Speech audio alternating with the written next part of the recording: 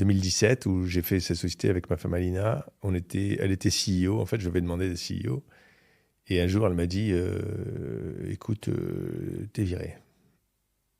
Je ne peux plus continuer avec toi. Soit on arrête, soit tu pars. Et là, j'ai eu un choc parce que je savais que... Je n'ai pas pris ça comme une agression parce que je savais qu'elle voulait ce qui est... Elle-même, elle voulait ce qui est bien pour tous les deux. Donc je me suis dit, elle voit quelque chose. Et donc, d'un coup, pouf, ça m'est venu. Je le voyais aussi. Je dis, ah ouais, c'est vrai. Je prends des décisions, des actions qui sont pour saboter. Dans ce mode chacal, qui est notre mode par défaut, ça, on juge, on dit qu'on a raison, et quand on a raison, on a le droit de punir.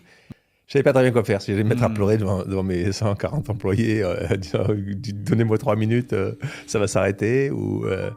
Et voilà, mais en tout cas, c'est venu fortement. C'est une nouvelle émotion. J'ai grandi, j'étais très, très fortement sous le principe de Boys Don't Cry. On a tous en nous une part d'ombre, une part de lumière.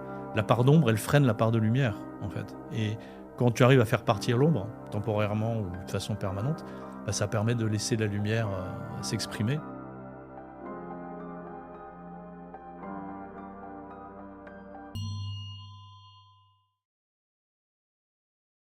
Ce contenu a un objectif purement informatif et éducatif. Il ne constitue en aucun cas une incitation à la consommation de substances illégales, ni un conseil médical. Si vous souffrez de troubles psychologiques ou médicaux, veuillez consulter un professionnel de santé qualifié. Certaines substances évoquées sont légales dans certains pays et illégales dans d'autres.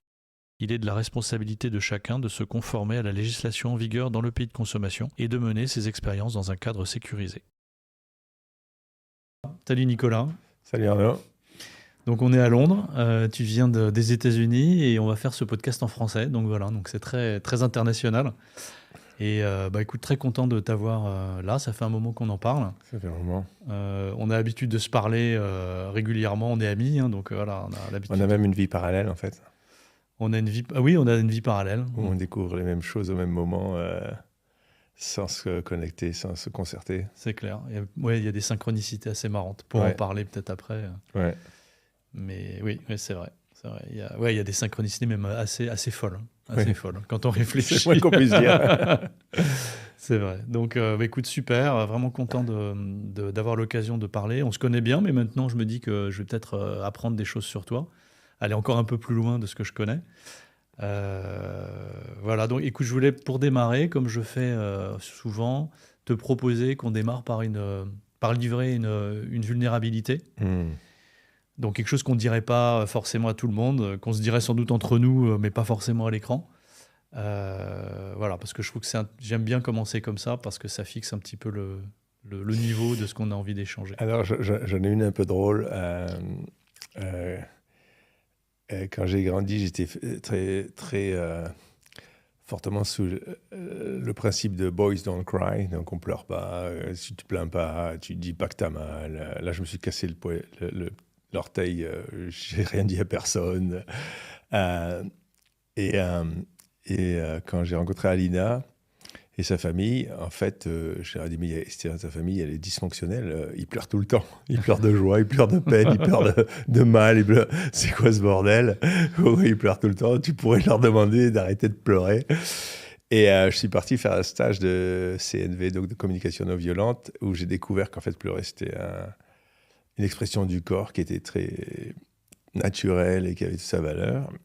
Et du coup, je me suis mis en tête d'accepter de pleurer. Et alors là, ma vulnérabilité, c'est que je suis parti dans l'extrême.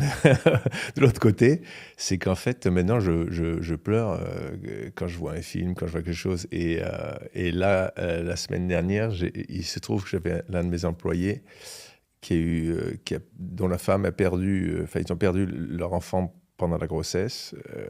Il est né, puis après, il n'a pas survécu. Donc, c'était une tragédie parce qu'ils étaient tellement contents d'avoir cet enfant. Et quand j'ai dû annoncer ça à la société, je me suis retrouvé tellement en état tellement d'émotion que je n'arrivais pas à parler et je me mets à pleurer, en fait. Donc, j'arrête. J'ai rien dit. J'ai dit... notre ami Eric a une tragédie et comment moi j'ai la vérité. Je dis bon, passons à la chose suivante parce que j'étais pas encore prêt. Je savais pas très bien quoi faire. Si j'allais me mettre à pleurer devant mes 140 employés, disant donnez-moi 3 minutes, ça va s'arrêter. Et voilà, mais en tout cas, c'est venu fortement. C'est une nouvelle émotion. Non, c'est intéressant. Tu sais qu'il y a un précédent en fait à ça, connu. Enfin, connu en même temps. La personne est connue, mais ce fait-là n'est pas forcément connu. C'est Churchill. Winston Churchill, c'est quelqu'un qui pleurait en fait facilement. Il avait la larme facile. Il pleurait quand il y avait un événement difficile, alors qu'il était Premier ministre. Il était en train de sauver l'Europe du nazisme. Mais quand il avait une émotion forte, en fait, il la manifestait, il pleurait. C'était quelqu'un qui était très libre dans son comportement. Il séparait vraiment sa mission, qui était une mission forte, de son comportement. Donc, quand il y avait quelque chose de difficile, il pleurait. Il aimait bien faire ses réunions depuis son lit parce que c'est ce qui l'arrangeait. Il se sentait bien dans son lit. Donc, au diable les préjugés, au diable les coutumes, enfin les habitudes. Je m'en fous. Moi, je fais mes réunions depuis mon lit. Il s'était conçu des vêtements en fait spéciaux pour s'habiller vite le matin pour être opérationnel plus tôt. Il avait une sorte de grenouillère, c'est-à-dire un vêtement, une sorte de combinaison en fait, avec des poches pour mettre ses cigares et ses fiasques de whisky. C'était très bizarre, mais il s'en fichait. C'était opérationnel pour lui, c'était pratique. Il faisait une sieste par jour, il prenait des bains chauds dans la journée. Il était hyper fidèle, authentique à lui-même en fait, en se fichant de ce que les gens allaient pouvoir penser. Donc il le revendiquait. Il le revendiquait. Ils s'en fichaient vraiment. C'est incroyable. Winston Churchill, je conseille à tout le monde de lire la biographie de Churchill. C'est incroyable. C'est un type fou. Entre ce qu'il a fait et sa vie, ce qui s'est passé dans sa vie, c'est incroyable. Et donc il pleurait facilement. Un autre détail, c'est quand pendant le Blitz, quand les nazis attaquaient Londres.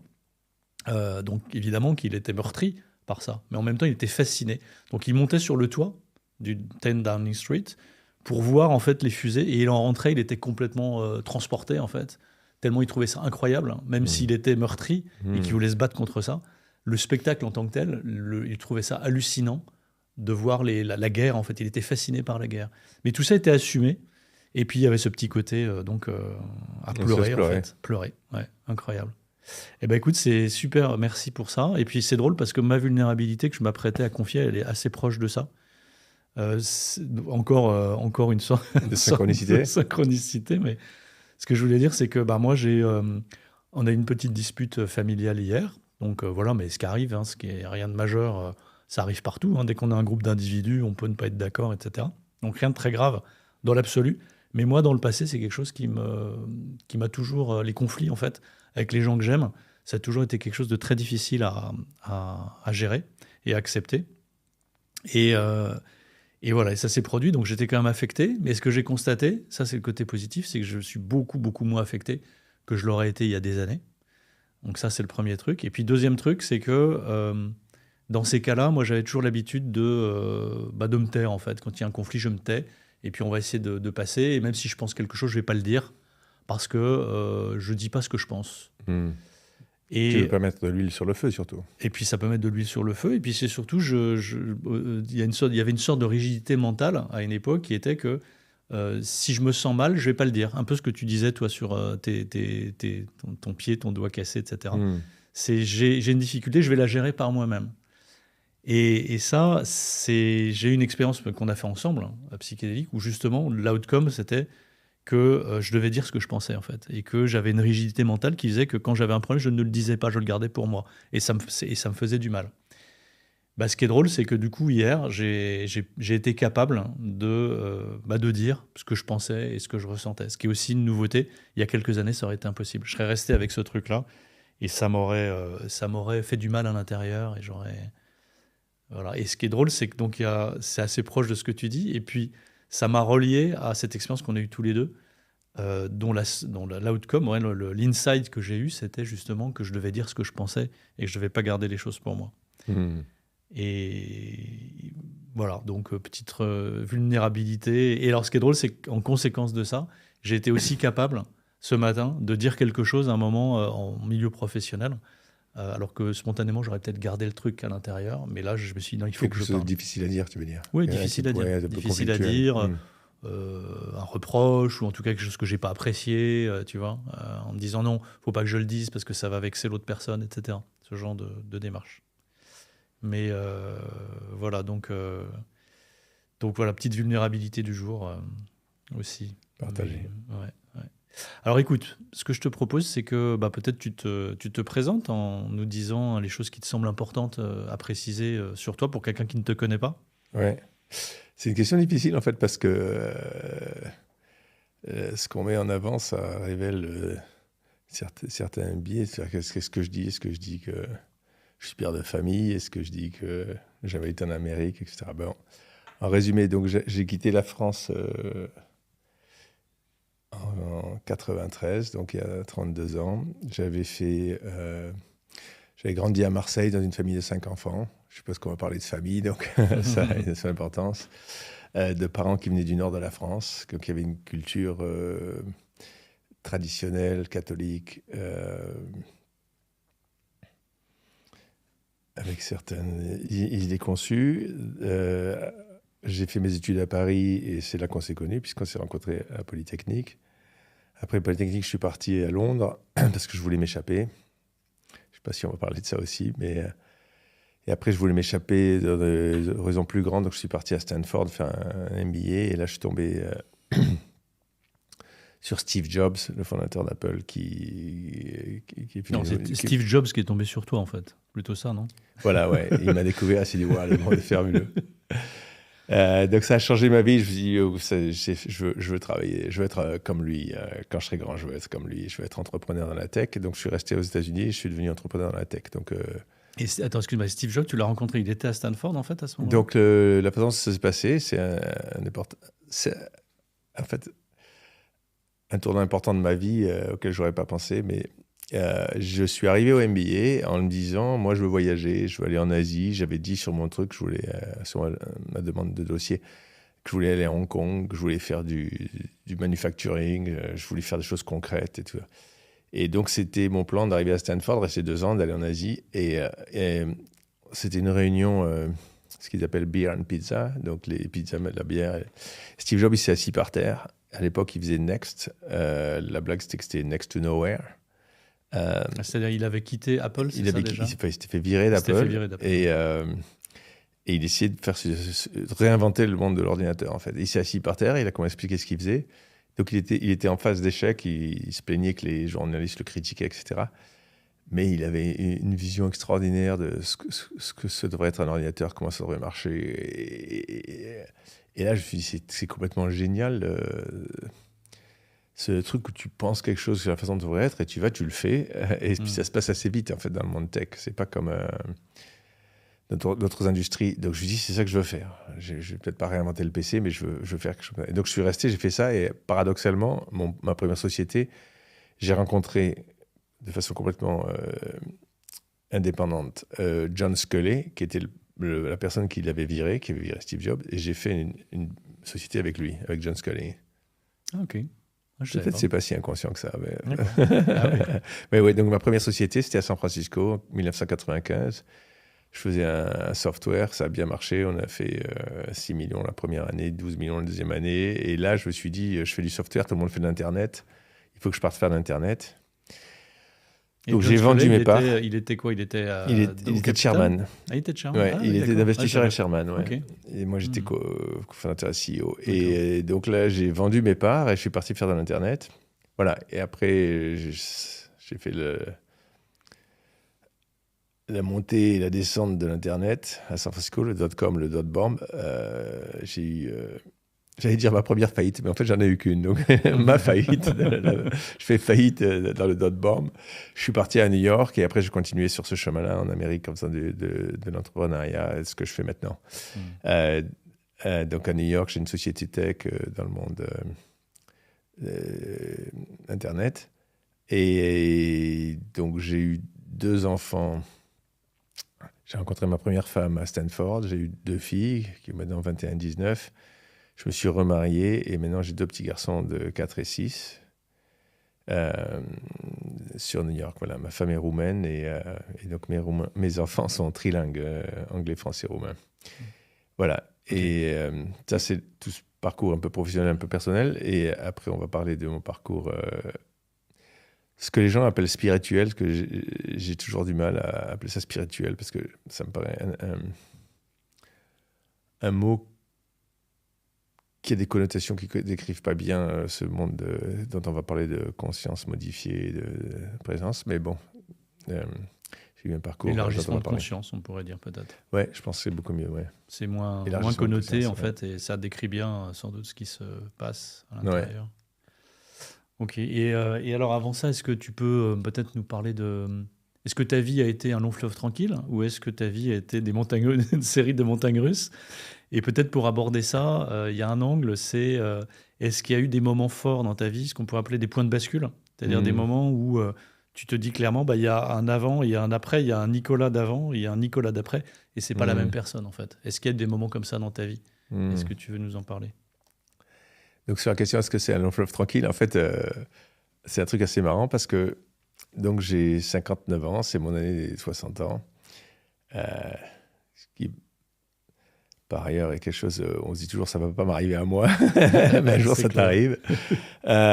Et du coup, on avait pas mal de copains qui se sont mis à la retraite, vont se mettre à la retraite en se disant, ok, j'ai trimé, maintenant il est temps que je me repose. Et moi, j'ai eu une vie tellement mouvementée, avec pas mal de périodes qui étaient un peu inactives, pas forcément de mon fait d'ailleurs. Et du coup, j'ai l'impression que je suis au début de ma vie, en fait. Donc, j'ai eu plein de péripéties, mais que maintenant, ça va commencer. Ouais.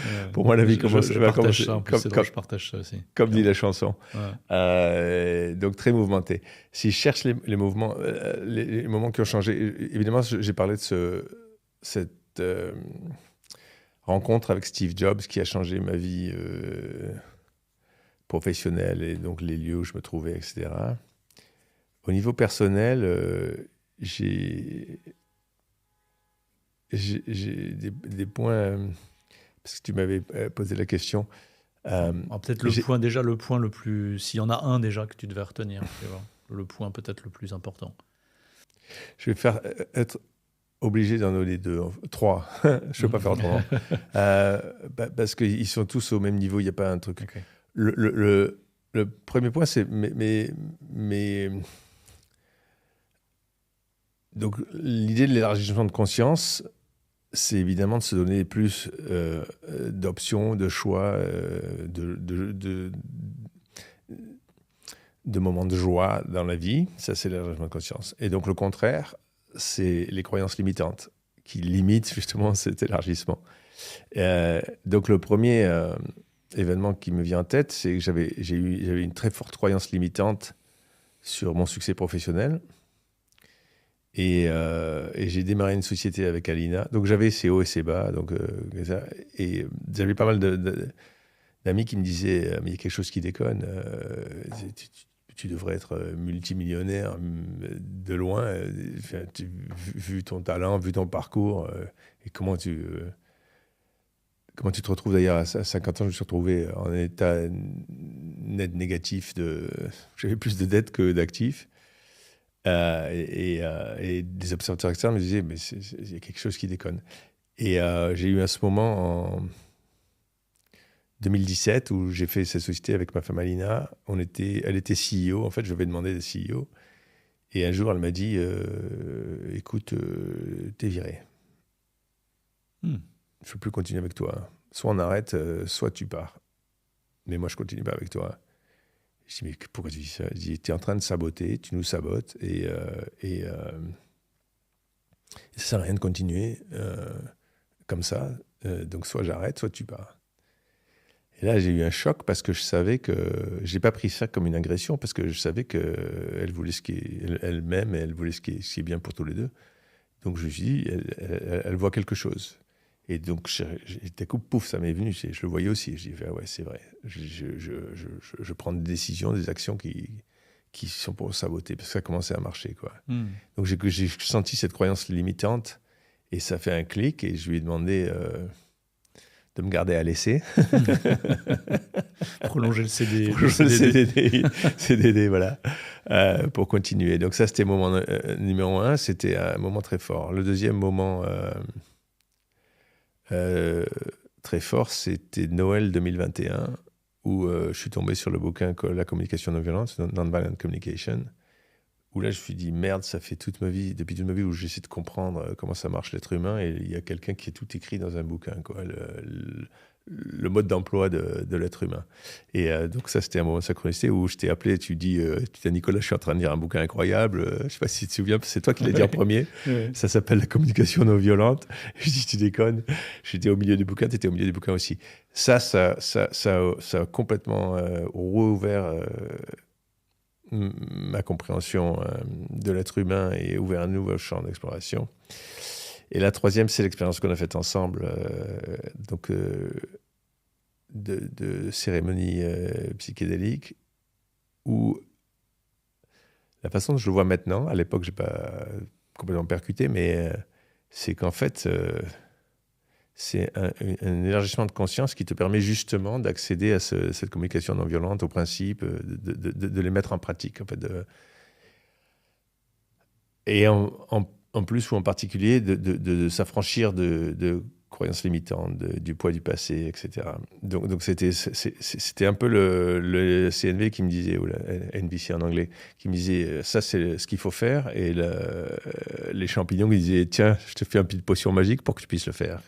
Pour un peu je vois ça comme ça, Okay. la potion magique qui te dit, maintenant tu veux le faire. Parce que tu ouvres des nouvelles capacités de te changer, en fait. Non seulement te changer, mais de voir le monde différemment. Et du coup, tu as beaucoup plus de... tu peux mettre en pratique les choses que tu voudrais mettre en pratique. Alors, sur cette expérience, comment ça s'est passé, en fait, exactement, concrètement? Qu'est-ce qui s'est passé pendant cette expérience psychédélique? C'était ta première? Donc, c'était avec toi. Voilà, on était tous les deux. Moi, je prenais aussi à ce moment-là. Donc, c'est pour ça que je te pose la question, parce que je ne pouvais pas observer. J'étais moi-même dans mon propre process. Qu'est-ce qui s'est passé pour toi? L'anecdote, c'est que quand j'ai commencé à prendre la psilocybine, je me sentais un peu... j'avais un peu envie de vomir. Et je me disais, c'est de la merde, ce truc. J'ai vu comme les pendentifs qu'on avait dans les 70 qui tournaient, ou les lampes à lava, là. Ouais. Et je me dis, attends, le truc, c'est... Les mobiles. Des mobiles, c'est ça, je cherchais le mot, les mobiles. Et le truc, je me dis, attends, je fais tout ça pour voir des mobiles et avoir envie de vomir. Remboursez-moi. C'est pas ce qu'on m'avait promis.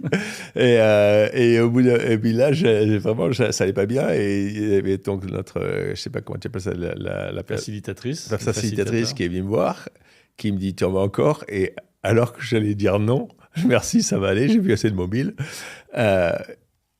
Elle a lu sur mon visage oui, et paf, elle me l'a donné. Et paf, je l'ai pris. Et je lui ai dit, putain, ça va mal tourner. Et là, je suis parti. Et quand je suis parti, c'est dément. J'ai eu l'impression de... Donc, mon gros sujet, c'était ma famille. Donc, la famille... Parce que la famille... Pour moi, il y a deux parties de ma famille. Mes enfants, ma femme...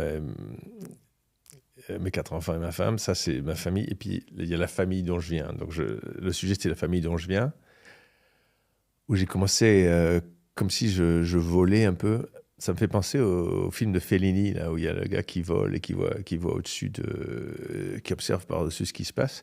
Et tout d'un coup, on voit au-dessus ce qui se passe. On connecte, tiens, mais ça c'est passé à cause de ça, mais ça c'est à cause de ça, avec beaucoup de compassion. Quand j'ai vu le résultat sur le tableau, il y a une petite chanson qui m'est arrivée. Et la chanson, c'est « Ils ont eu la banane, ils ont eu la banane dans le cul ». Et donc, j'avais pris ma revanche sur quelqu'un. Et en fait, c'est quelqu'un, c'était ma famille, la famille dont je viens. C'était ma vengeance.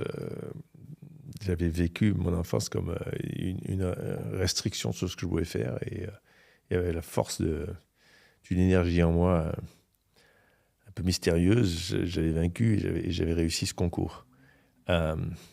Donc c'était une énergie de vengeance, en fait. De ressentiment ou de revanche. Ouais, de revanche, ouais.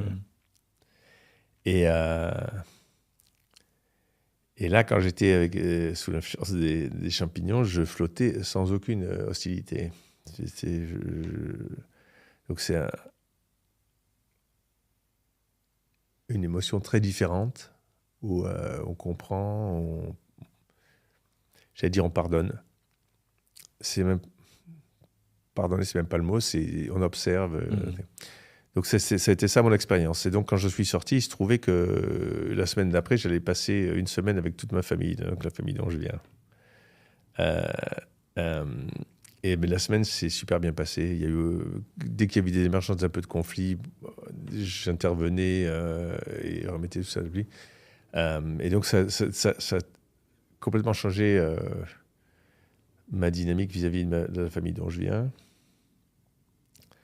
Et ça a ouvert une nouvelle possibilité, en fait, où je me suis dit, tiens, il y a un état de conscience, justement, où on ne voit pas les choses de la même façon, on observe beaucoup plus, on met les choses en contact.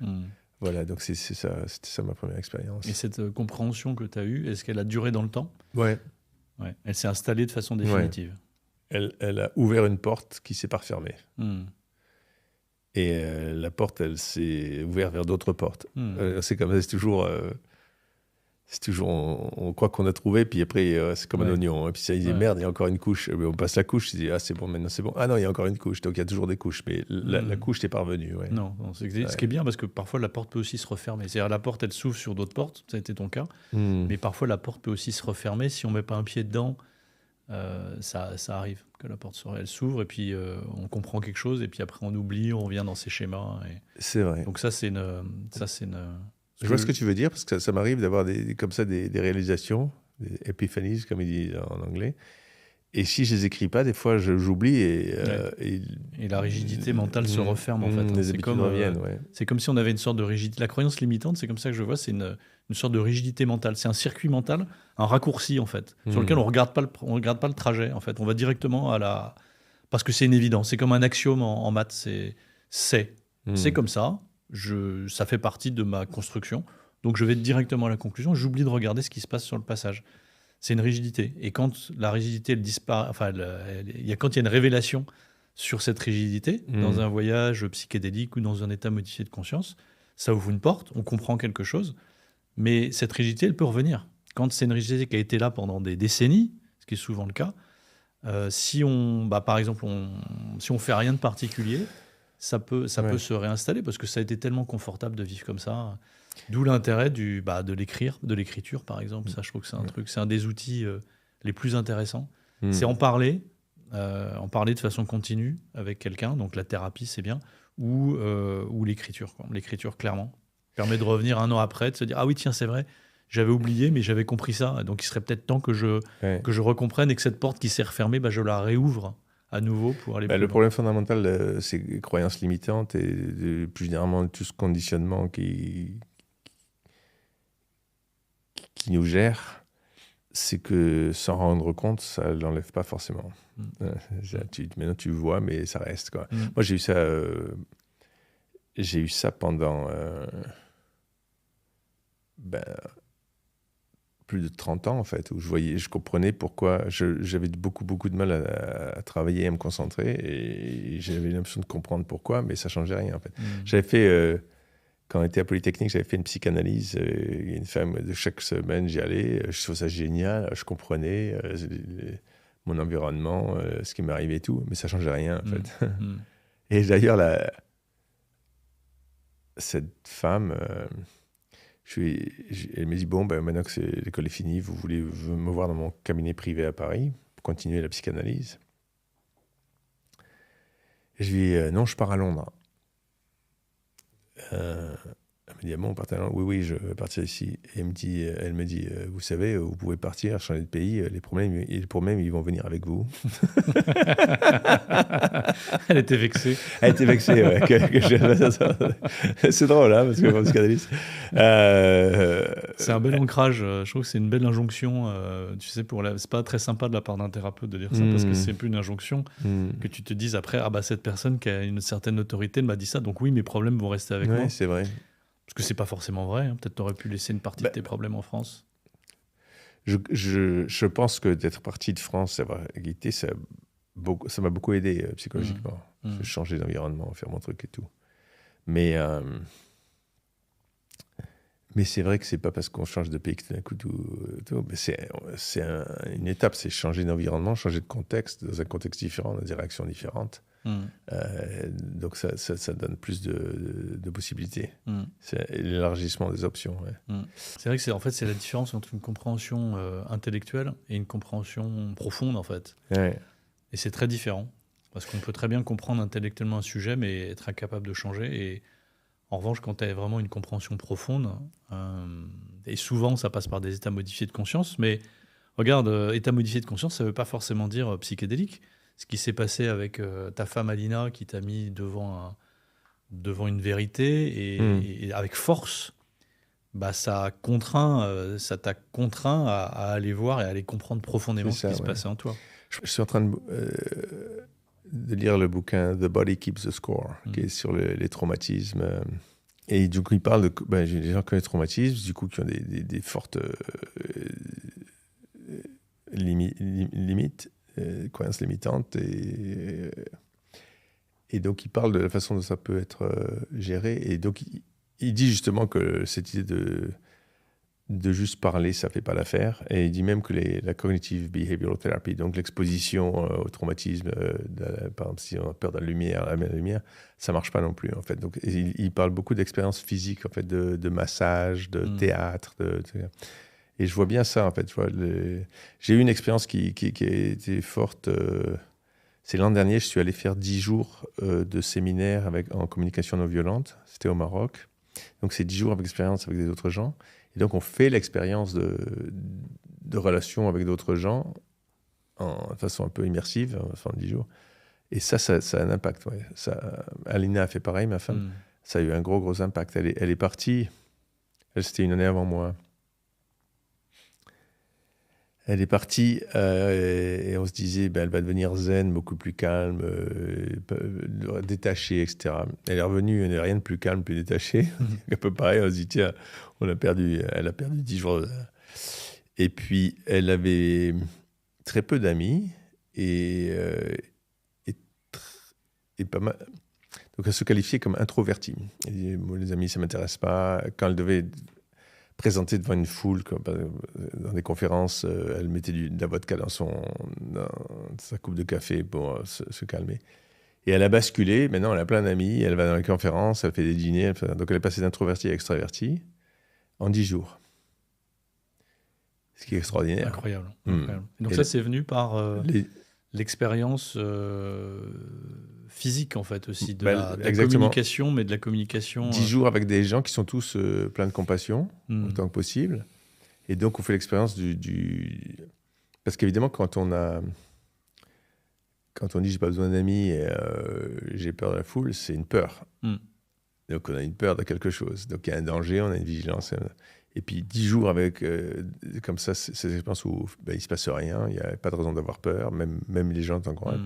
À la fin, tu sors, c'est une expérience différente. Ça recabler le cerveau en disant non, qu'il y a des gens autour de moi, je n'ai pas de raison d'avoir peur, ils peuvent voir ce qui est mieux pour moi, et du coup, je peux avoir des amis, ils ne vont pas me trahir, je peux avoir une présentation, ils vont apprécier ce que je dis, etc. C'est une histoire vraie, elle a basculé. Elle fait, ces jours-ci, elle fait... je pense qu'elle doit organiser 2 dîners par semaine et elle est dans une conférence. Donc, c'est une expérience forte qui vraiment modifie les choses, alors que juste en parler, ça ne change rien. Elle a d'autres exemples, le contraire, où elle a identifié certaines croyances limitantes chez elle et elle n'arrive pas à les changer parce qu'elle le sait, mais il n'y a rien qui se passe. Et donc, pour moi, les 10 jours au Maroc, ça a été aussi un peu la même expérience d'avoir des gens comme ça qui sont pleins de compassion. Ça m'a donné beaucoup confiance, en fait. Ça a changé ma perception de moi-même. Le dernier jour, j'ai improvisé. Il y avait un spectacle, le talent show. Donc, c'était un spectacle. Et puis, il y avait quelques gens qui s'étaient portés volontaires pour être, participer au talent show. Et j'ai improvisé un sketch. Comme ça, la veille au soir, je me suis dit, allez, je vais faire un sketch. Et le sketch, j'y ai pensé pendant la journée. J'ai rien écrit, j'avais tout en tête. Et je me suis dit, si ça ne marche pas, je m'arrêterai après 30 secondes, 1 minute. Et j'ai dû faire plus de 15 minutes. Tout m'est venu et tout le monde était mort de rire. Moi-même, j'étais mort de rire. Et j'ai pu faire ça parce que j'avais tellement l'impression que de toute façon, ça allait aller. Que si ça allait, il allait me dire Nicolas, c'est bien, t'as essayé, on t'aime, quoi. Que je pouvais y aller, quoi. Je pouvais prendre des risques. La peur est partie, en fait, et du coup, ça a libéré ton bright side. Et du coup, quand on sont encouragés, on a des ailes. Clairement. Ouais. J'avais vécu un truc comparable quand j'ai fait ma première expérience psychédélique, qui était donc aux Pays-Bas. Juste après, donc il s'est passé plein de choses, je ne vais pas y revenir, mais le point qui est intéressant, c'est que le soir, moi j'ai un accent quand je parle anglais, j'ai un accent français, je parle bien, hein, mais j'ai un accent. Et puis quelquefois, je ne trouve pas forcément le bon mot, donc j'ai hésité un peu à chercher le mot. Et puis quelquefois, je comprends, si les personnes ont des accents importants en face, je ne comprends pas forcément tout. Donc je ne suis pas 100% à l'aise, même si je vis à Londres, en fait. Tiens, encore une autre vulnérabilité, livrée comme ça. Je ne suis pas forcément toujours à l'aise en anglais et ça peut créer des tensions. Et là, après cette expérience, eh bien, parce que justement, sans doute, le centre de la peur avait été désactivé, j'ai parlé un anglais magnifique, je n'avais plus d'accent français. C'est quand même incroyable, j'avais perdu mon accent. C'est-à-dire qu'en fait, je me suis rendu compte que l'accent, il était lié à une peur. J'étais tout à fait capable de ne pas avoir l'accent. Et je suis capable, si je parle en anglais, si à un moment j'essaie de désactiver un truc qui est ancré, je n'ai plus d'accent. Et je vais avoir un accent même plutôt pas mal anglais ou américain. Et là, j'avais plus d'accent. Et j'étais dans une communication totalement fluide, parfaite, et il n'y avait plus de peur, il n'y avait plus d'angoisse sur comment est-ce que je vais comprendre ce que dit l'autre, est-ce que l'autre va comprendre, etc. C'est dingue, ça. C'était fou. Mais il est revenu, l'accent ou...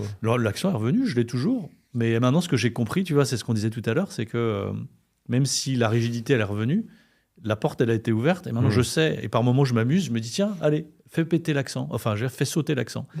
Et du coup, je me mets à parler et j'enlève l'accent. Et je peux parler, enfin, j'enlève l'accent français et je me mets à avoir un accent anglais. Mais par confort, souvent, je reviens à mon accent français, en fait. Mais tu vois, là, le fait d'en parler, je me dis, tiens, je vais peut-être ouvrir cette porte plus souvent et essayer de me débarrasser de mon accent, finalement, pourquoi pas. Mais tu vois, c'est un petit peu la même chose. C'est le fait que, effectivement, quelquefois, quand il y a des centres, là, c'est le centre de la peur, sûrement, qui est désactivé, derrière, ça libère le bright side. On a tous en nous une part d'ombre, une part de lumière. La part d'ombre, elle freine la part de lumière, en fait. Et quand tu arrives à faire partir l'ombre, temporairement ou de façon permanente, ça permet de laisser la lumière s'exprimer. Et c'est fascinant. C'est fascinant. Mais ouais, donc... alors, est-ce qu'on parlait de CNV, mais pour les gens qui ne connaissent pas la CNV, comment tu... Parce que je sais que c'est un truc majeur, ça a vraiment, tu l'as dit, hein, ça a changé ta vie.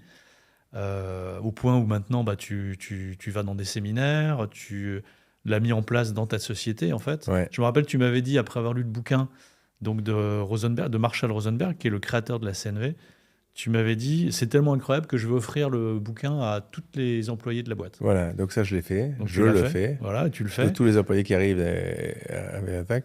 Donc la CNV, pour ceux qui ne connaissent pas, en fait, c'est un truc, c'est toujours un petit peu difficile à définir ce que c'est.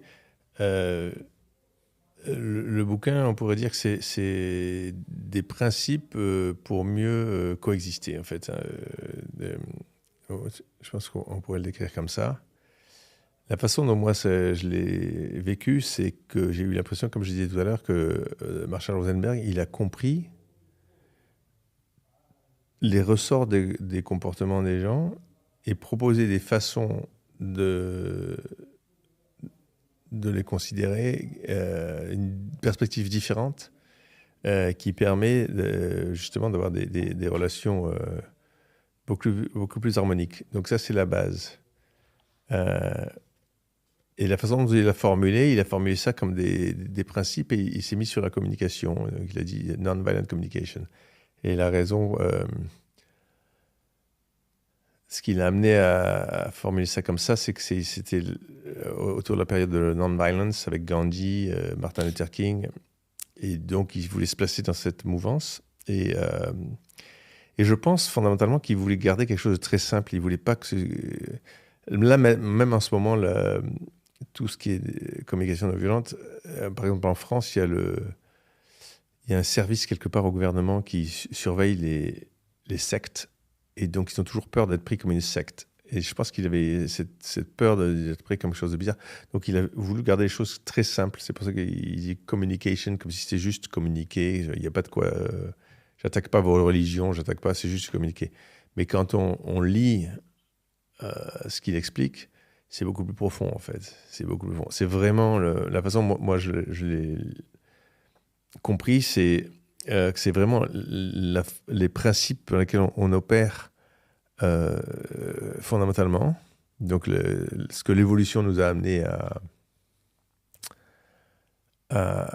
incorporer avec. Donc, on se comporte d'une façon qui a certainement été amenée par l'évolution. Et c'est l'idée de se dire, c'est une conscience, pour moi, c'est une conscience élevée. C'est essayer de se dire, mais si maintenant je regarde, par exemple, dans toute l'histoire de la Terre, il y a une concurrence pour les ressources. On se bat pour survivre, pour manger, pour avoir des ressources. Les peuples se battent, les animaux se battent, etc. Maintenant, on arrive il s'est passé quelque chose d'extraordinaire avec la révolution industrielle, l'agriculture, etc. On a plein de ressources. Bon, je sais qu'il y a des pays où ce n'est pas le cas, mais dans nos pays, il y a ces ressources pour tout le monde. Donc, tous les principes et mécanismes qui ont été développés par l'évolution pour justement gagner la guerre de l'accès aux ressources n'ont plus lieu. Et donc, je pense qu'en fait, ce qu'il a découvert, c'est il dit voilà tout ce qui se passe et qui était peut-être adapté à l'époque, mais voilà une autre façon d'opérer qui est beaucoup plus adaptée à maintenant et qui va nous rendre beaucoup plus heureux, beaucoup plus harmonieux, etc. Le problème qu'il y a eu, c'est qu'il l'a formulé de façon inverse. Ça, c'est un truc que j'ai toujours eu un problème depuis le début avec le bouquin, c'est qu'il dit notre façon naturelle de vivre, c'est ce que je dis. Et la façon dont on vit maintenant, le mode précédent, c'est parce qu'on a été conditionné par la société. Et je pense qu'il était biaisé parce qu'il avait envie de croire que ce mode de compassion, de joie, c'est naturel et que l'autre, ça peut être que la faute de ces sociétés, la faute des tyrans qui ont voulu une autre. Mais je pense que c'était son erreur fondamentale.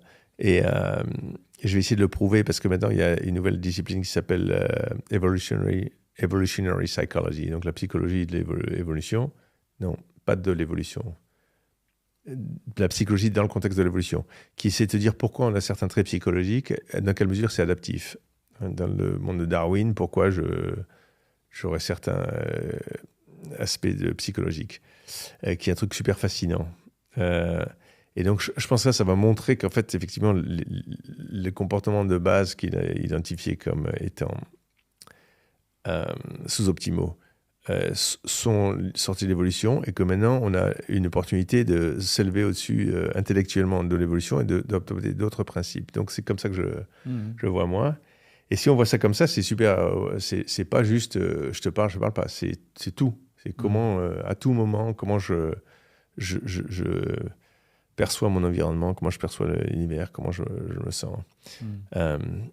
Est-ce que tu peux donner un exemple concret justement de communication non violente Oui, alors le truc très concret le truc le plus concret qui m'a tout de suite frappé, c'est qu'en fait, par défaut, quand quelqu'un dit quelque chose, on juge et on punit.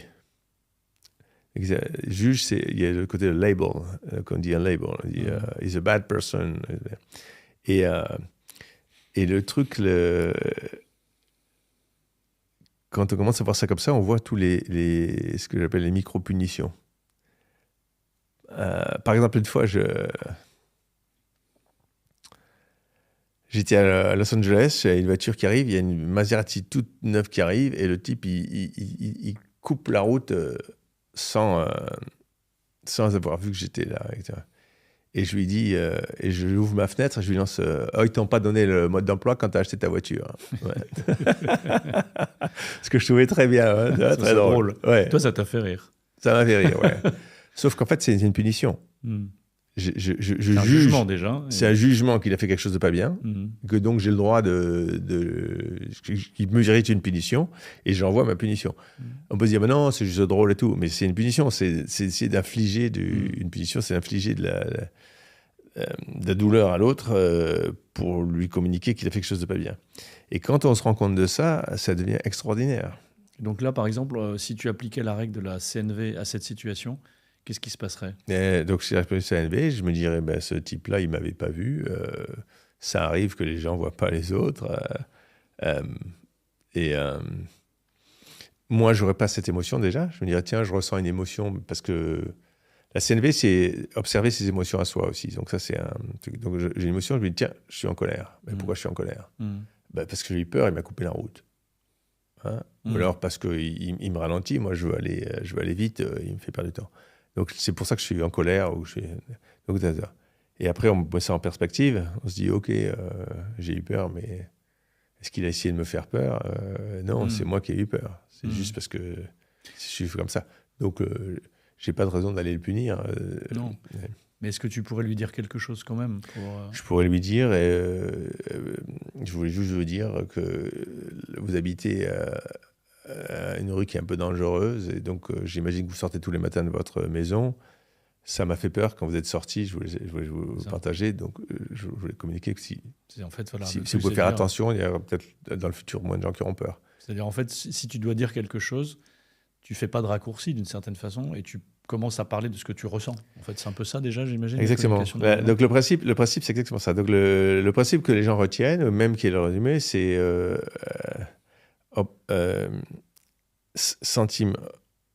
observation, feelings. Donc les observations de ce qui s'est vraiment passé objectivement, les feelings, donc ce que j'ai eu, les needs qui sont derrière les feelings et les requests qu'on fait aux autres. Donc on remet ça comme ça. Donc dans ce cas-là, ça aurait été observation. Il est sorti de la route et j'ai dû freiner. Ça, c'est une observation. La deuxième observation, c'est une caméra dirait ça. C'est une caméra. Donc, c'est ça qui s'est passé. Il est sorti de sa route, j'ai dû freiner. Les feelings ou l'émotion, c'est que j'ai eu peur et ça m'a choqué. Le need, c'est que je veux rester en paix, en fait. Avoir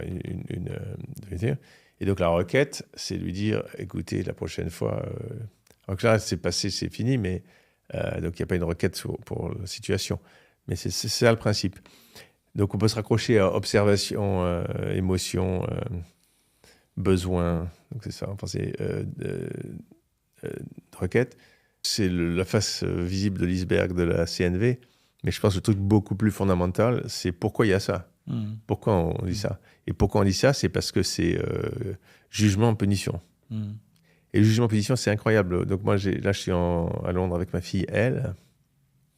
Je l'amène chaque année en Europe et il y a 3 ans, elle me dit je veux plus aller en Europe. Je veux plus aller en Europe. Et là, j'ai passé mon temps à lui dire mais si tu veux aller en Europe, attends, mais c'est beaucoup mieux pour toi. Tu voyages, tu vois tes cousins, tu vois la Corse, c'est beau. Et un jour, je me suis rendu compte que j'ai jamais considéré sa perspective, parce que fondamentalement, je pensais qu'elle avait raison, tort, que moi j'avais raison.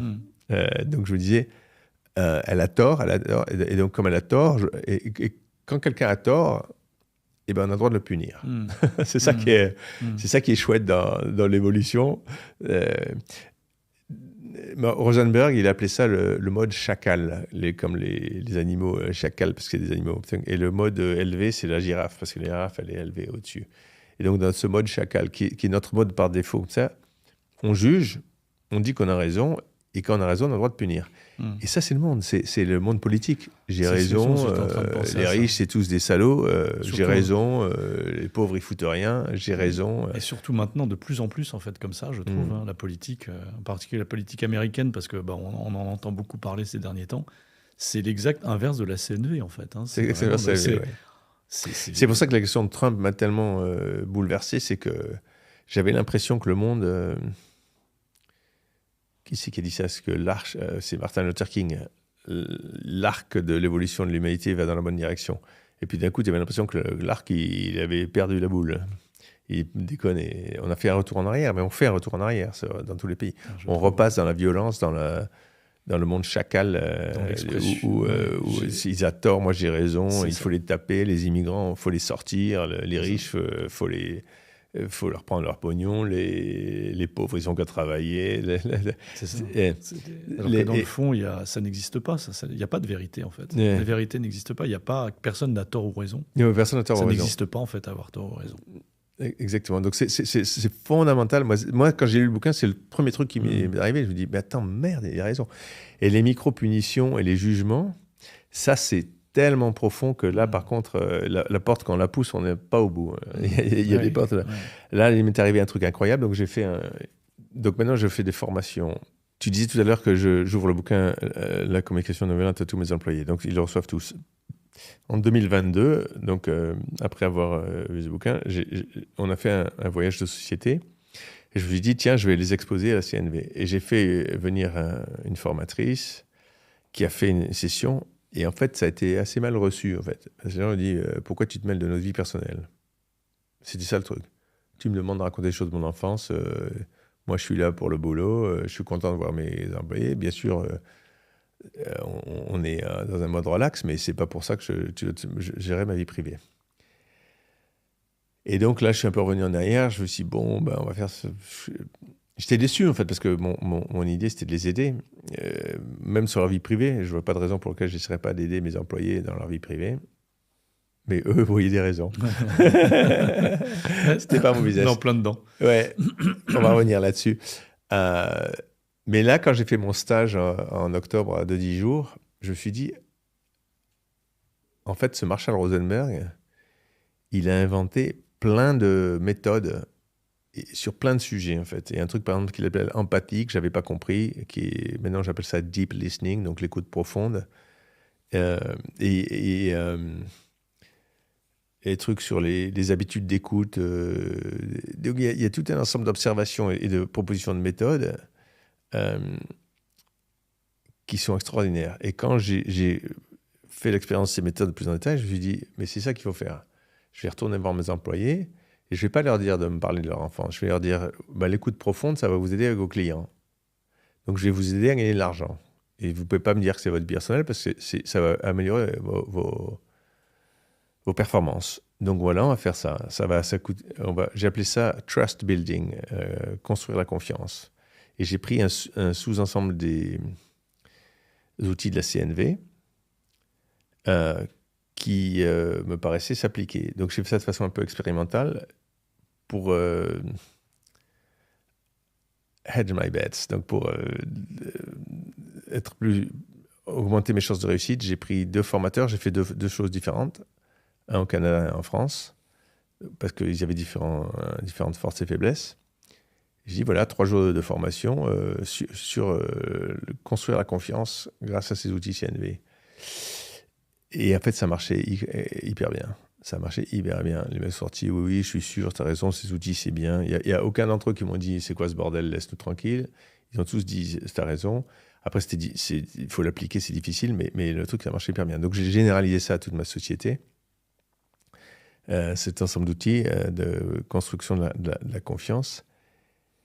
Et donc, j'étais dans une de les sessions il y a 3 ou 4 semaines, ou quelques semaines. Et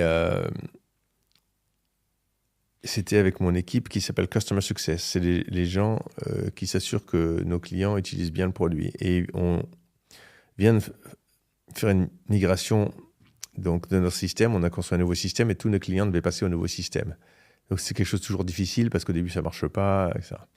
Et donc, j'avais, au premier trimestre, dit à mes gens du Customer Success, bon, ben voilà, si vous basculez tous vos clients, vous avez chacun un portefeuille de clients, si vous basculez tous vos clients, sans exception, sur le nouveau système, vous avez 150% de votre bonus. S'il y a un client qui n'est pas basculé, vous avez 0. Et je me suis dit, c'est logique, j'applique, je veux que tout le monde soit basculé. Ils n'ont pas de raison d'avoir un bonus s'ils n'ont pas réussi. Donc, je ne vais pas les payer alors qu'ils n'ont pas réussi. Par contre, s'ils réussissent, 150%. Et donc, je me retrouve avec eux donc, 1 mois après la conclusion de ce trimestre. Et ils me disent, oui, on veut parler des dommages que tu nous as fait. The harm you've done us. Je fais, what harm? Et des dommages que tu as fait avec cette migration.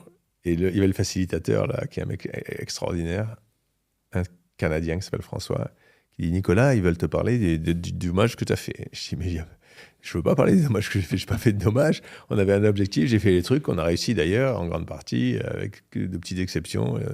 Donc ça a marché, je ne veux pas parler de dommages. Et il me fait, mais je crois qu'eux, oui. Ouais. Euh, C'est fou, hein, comme les vieilles habitudes reviennent au Ouais. galop. C'est-à-dire que pourtant, tu as fait les formations, tu as lu le bouquin, etc. Mais à un moment, il y a la vieille habitude qui revient Voilà. et tu as l'œil extérieur qui te permet de Voilà. comprendre et de revenir à ce que tu as compris toi-même avant. Moi en fait. j'étais sur le mode, j'ai raison. Bah oui, Et donc, C'est ça. c'est comme ça que ça doit c'est être. ça, c'est ça. Ils n'ont pas, ils ont pas à me faire chier. C'est ça. J'ai raison. Et donc, il dit, ben, on va le faire. Et donc, j'ai commencé, mais de façon très... Et il m'a dit, il m'a dit, on va faire ça cet après-midi. Et à la fin du déjeuner, il m'a pris, on a fait un tour du parc, marchant et tout. Il me dit, bon, est-ce que tu es prêt? Tu le sens bien et tout. Il avait perçu que ça allait être difficile. Mm. Et donc, on a commencé. Il dit, bon, ben voilà, tu as dit qu'on s'en foutait si les clients, on les basculait, même s'ils n'étaient pas contents. Moi, ça fait des années que je perçois mon métier comme satisfaire les clients. Et tu vas me dire, on s'en fout, mais non, on ne satisfait pas les clients. Pour moi, c'était une rupture de confiance. Et une autre qui m'a dit, écoute, moi, tu me dis que tout ça, ça va basculer. Mes clients, sont super compliqués. J'ai passé les soirs et les week-ends. J'étais épuisé. J'étais sur le bord de la dépression. Et tout ça, moi, je les écoutais au début en me disant, mais ils ont tort. Mm. Et bien après, je me dis, mais ce que tu as dit tout à l'heure, il n'y a pas tort et raison, c'est la réalité. C'est comme ça qu'il a vécu, c'est l'impact que j'ai eu. Il n'y a pas tort ou raison. Et quand on croit qu'on a raison, ce qui est à peu près tout le temps, on se dit, ben, ils ont tort, donc je m'en fous, je les punis, je les écoute pas. Là, c'est exactement ce que je disais. Bah, bam, tu dis, mais tu avais oublié que le principe fondamental. Mm. Et là, c'était extraordinaire, en fait. Mm. C'était extraordinaire de se dire, merde. Mm. Mais surtout dans le cadre professionnel, je trouve. Parce que dans le cadre personnel, on arrive assez vite, je pense, à savoir qu'effectivement, il n'y a ni tort ni raison. Dans le cadre professionnel, comme il y a un cadre Des objectifs. financier, Hmm. oui, puis c'est aussi que voilà, on a une relation financière. Je suis, surtout quand on est employeur, je suis l'employeur, tu es mon employé. Donc il y a l'argent, en fait, qui se mêle de ça. Et l'argent, c'est compliqué parce que on peut estimer que l'argent donne droit à plein de choses. Voilà. Mais à quoi ça donne droit, en fait C'est- En fait, c'est un ensemble. Il y a l'argent, mais il y a il y a un contrat qui inclut d'autres choses que l'argent. Et je trouve que c'est ça qui est compliqué quand il y a un lien. Hmm. C'est pas forcément d'ailleurs seulement dans le travail, mais c'est un lien commercial. Tu as un thérapeute, et tu t'attends à certaines choses. Tu as, je sais pas, quelqu'un que oui, tous les gens, en fait, avec qui tu as une relation financière. La difficulté, je trouve, c'est ça. C'est de se rendre compte qu'à côté du financier, il y a d'autres choses, il y a d'autres paramètres pour soi et pour l'autre, en fait. Et que le contrat, la relation, c'est l'ensemble. Écoute, j'avais pas Non, j'avais pas pensé à ouais. ça, mais tu as exactement raison. En fait, si on se dit, le problème fondamental, c'est j'ai raison, j'ai le droit de te punir, hein, ce qui est le mode chacal, ben, dans le business, tu as l'extrême des deux. Parce que le premier truc, c'est qu'il y a un objectif financier. Donc, c'est pas subjectif. Il faut, là, par exemple, dans mon cas, il faut migrer les clients. J'ai raison, c'est ça qu'il faut faire. Parce qu'on sait que financièrement, c'est ça qu'il faut faire. Donc, il n'y a pas de discussion que j'ai raison ou tort. C'est ça qu'il faut faire, j'ai raison. Et après, ben, je te paye, donc c'est moi qui décide. Alors. Ben, ton bonus, donc j'ai le droit d'avoir raison et j'ai le droit de te punir. Ouais. Ouais, j'avais pas réfléchi à ça, mais c'est vrai que du coup, dans le business, il y a une sorte d'amplification du j'ai raison, j'ai le droit de te punir. Ouais. Par le contrat, en fait. Alors, c'est vrai que dans les relations personnelles, il n'y a pas forcément de contrat dans la relation avec ta femme, dans la relation avec tes enfants, il n'y a pas de contrat écrit, en fait. Mais c'est comment on dit, une perversion du contrat, en fait. Parce que de dire j'ai le droit de te punir, c'est absolument pas vrai. On n'a absolument pas le droit de punir. Est-ce que j'ai le droit d'infliger à cette fille qu'elle se mette en dépression? Je pense pas. Non, complètement. J'ai le droit que le mec, il puisse plus dormir parce qu'il est traumatisé, parce qu'il va pas faire plaisir à ses clients. Je pense pas non plus. Non, il y a clairement. Mais le côté, le pouvoir, l'argent, c'est bien ça qui mène aux extrêmes quelquefois quand le pouvoir n'est pas contrôlé. C'est ce qu'on voit dans les dictatures, etc. C'est qu'il n'y a pas de contrôle. Et du coup, il y a une sorte un déséquilibre complet, en fait, et en faveur de la personne qui a le pouvoir. Alors, on arrive au terme, je suis désolé, en fait, évidemment, hein, j'aurais dû prévoir plus de temps. J'aurais dit, parce qu'évidemment, c'est difficile de faire tenir ça en 1 heure, mais on arrive au terme de l'entretien. Donc, est-ce qu'il y a quelque chose, un bouquin que tu pourrais conseiller, un bouquin qui a changé ta vie, en fait, et que tu pourrais conseiller Sans que ce soit aucun sur doute, la CNV ou sur- le bouquin Nonviolent Communication de Marshall Rosenberg, D'accord. qui en français s'appelle Les mots sont des fenêtres ou des murs. Alors, les mots sont fenêtres ou parfois Les des mots murs. sont des fenêtres ou des murs, c'est Un ça, truc ouais. comme ça. Mais enfin bon, c'est D'accord, Marshall ok. Rosenberg. Ouais, Marshall Rosenberg, ouais. Il y a 2 autres bouquins que je suis en train de lire qui sont super. L'un, c'est donc The Body Keeps the Score, qui explique ces traumatismes, ce que je trouve assez fascinant. Bon, c'est très ciblé sur le traumatisme, mais c'est quand même assez général. Et là, un autre que je viens de démarrer, c'est Playful Parenting. C'est écrit par un psychologue américain. Et l'idée, c'est de se dire que les enfants, en fait, fondamentalement, ils apprennent par le jeu. Et que si on veut les amener à faire quelque chose, la façon la plus naturelle et efficace c'est le jeu, plutôt que la sanction, la punition. Et c'est complètement fascinant. Donc pour ceux qui ont des enfants, surtout des enfants en bas âge, Playful Parenting, j'en suis qu'au début, mais j'ai commencé à appliquer ça, c'est extraordinaire. Ça change la perspective. On se dit, mais oui, là on faisait la réflexion tout à l'heure déjà de se dire, est-ce que j'ai le droit de punir mon enfant ? Mais sûrement il fait ça parce que dans son monde à lui, c'est ça qu'il a envie de faire, c'est ça qu'il veut faire, c'est ça qu'il perçoit qui est bien. Donc l'alternative à la punition, c'est amener ça comme un jeu. Donc c'est d'une puissance extraordinaire. Ouais. Voilà. Oui, puis on peut l'appliquer aux enfants, puis même pour soi-même. Si Aux ça marche adultes. pour les enfants, pourquoi pas soi-même essayer de rester dans un espace de jeu dans la vie, quoi. Ouais. C'est génial. Eh ben écoute, merci beaucoup. Moi, j'ai un avantage, c'est que là, on va aller déjeuner, donc on va continuer à parler. Ça, c'est chouette. Mais voilà, pour le podcast, en tout cas, ça s'arrête là. Merci c'est drôle encore. parce que j'ai l'impression qu'on a passé 30 minutes. Ouais, c'est passé super vite. Ouais. Donc, merci. Et puis, à tous ceux qui sont fidèles, merci de nous regarder. Et puis, à la prochaine. Merci à toi.